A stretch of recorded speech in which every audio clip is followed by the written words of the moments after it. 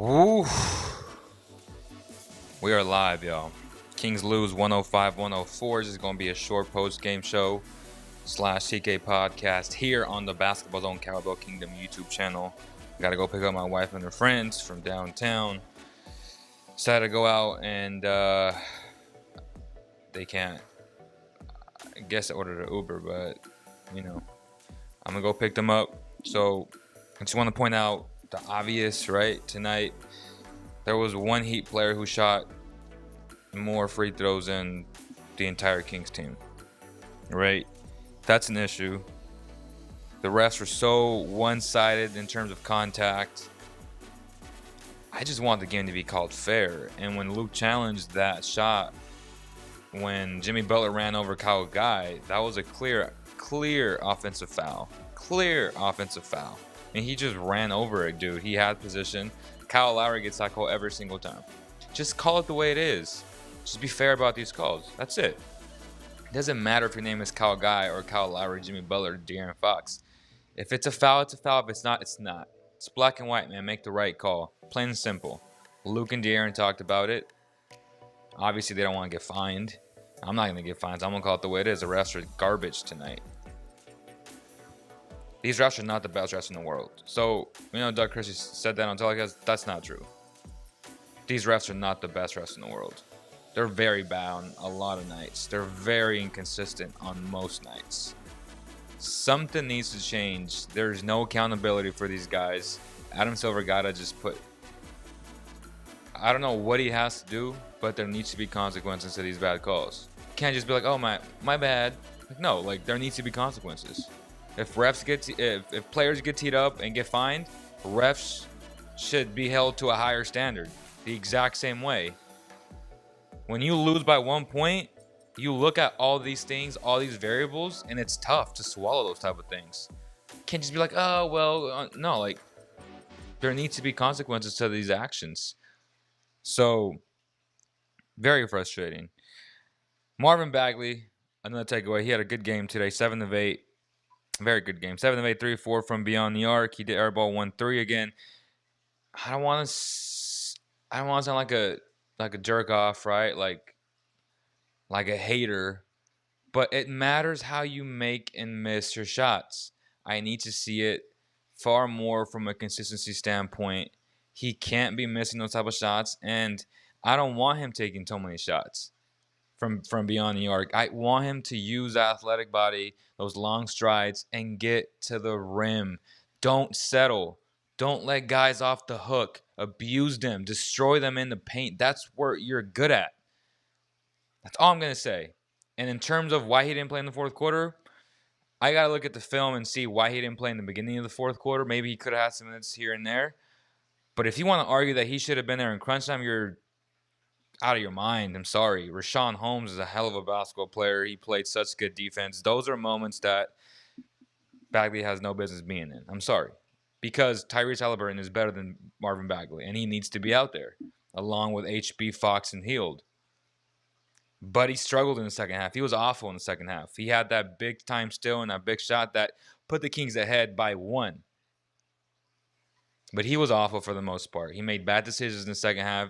Every time he got doubled, as soon as he caught the ball, he just made bad passes.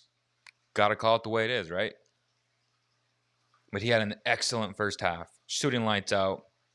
He's just killing it right now from beyond the arc. I think he finished with 6 of 13, so that's excellent stuff right there. Just a tough second half, and he didn't score those 3 points until the end.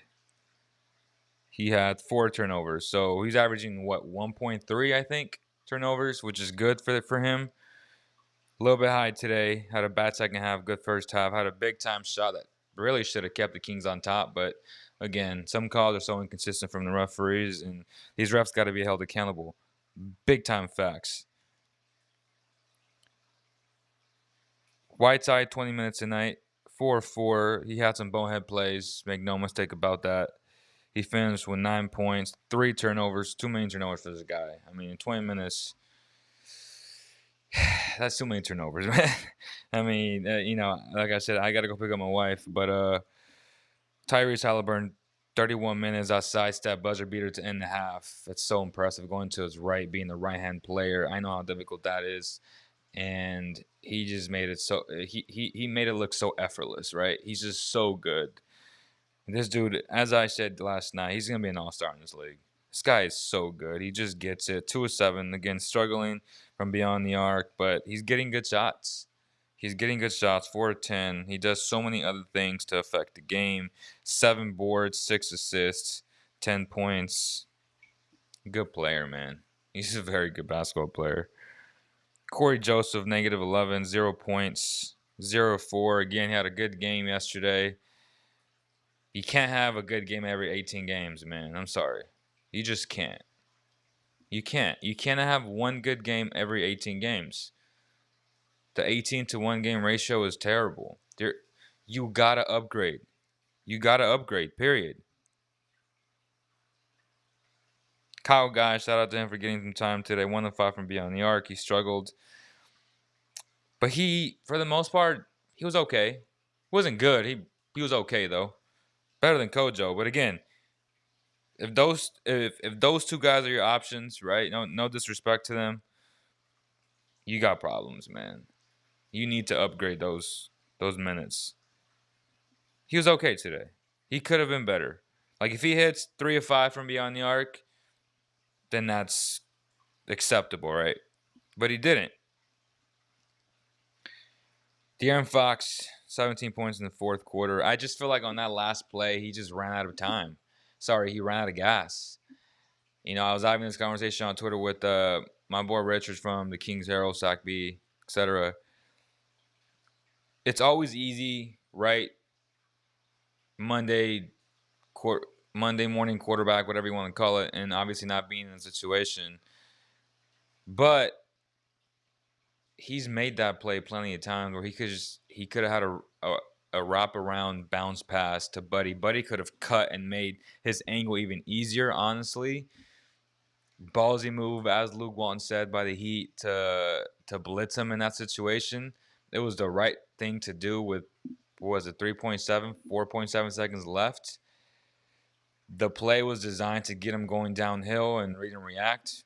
And man, I mean, 4.7 seconds, I think, was the time, and just give the Heat credit. They blew it up.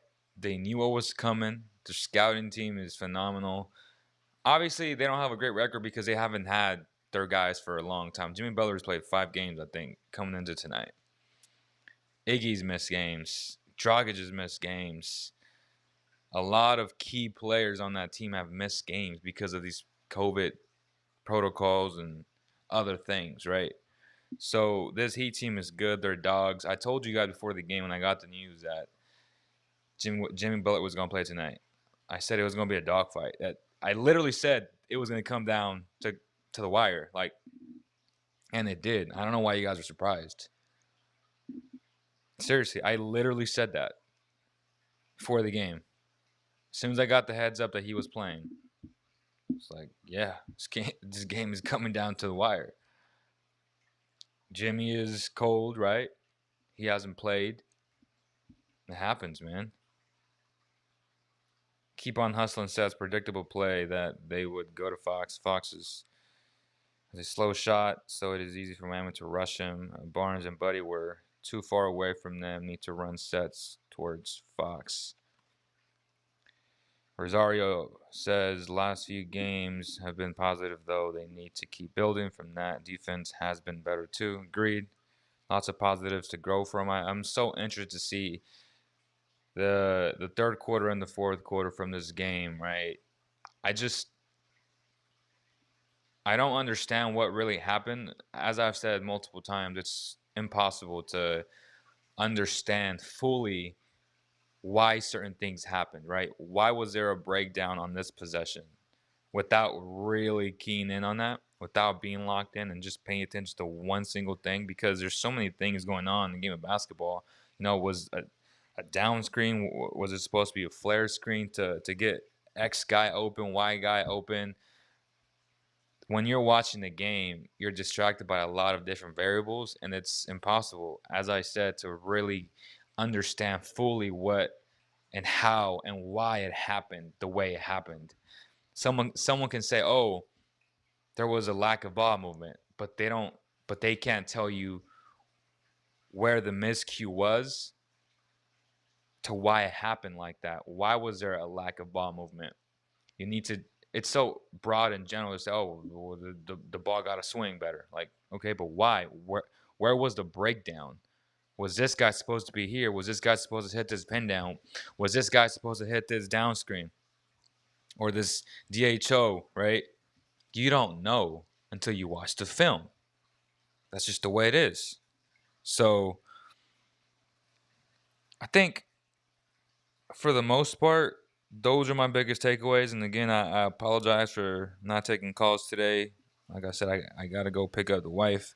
Shout out to Laundry Valet again. If you guys are in Sacramento and you don't have washers or dryers, or if you want convenience, they can literally pick up your dirty clothes, deliver them within 48 hours, and they have your back. So laundryvaleSacramento.com for more information. Shout out to them. Support your local businesses. And again, no tanking. Hold your head up high tonight. They played a very good team. They played a team that was in the NBA Finals, and they were a point away from tying it and 2 points from winning the game.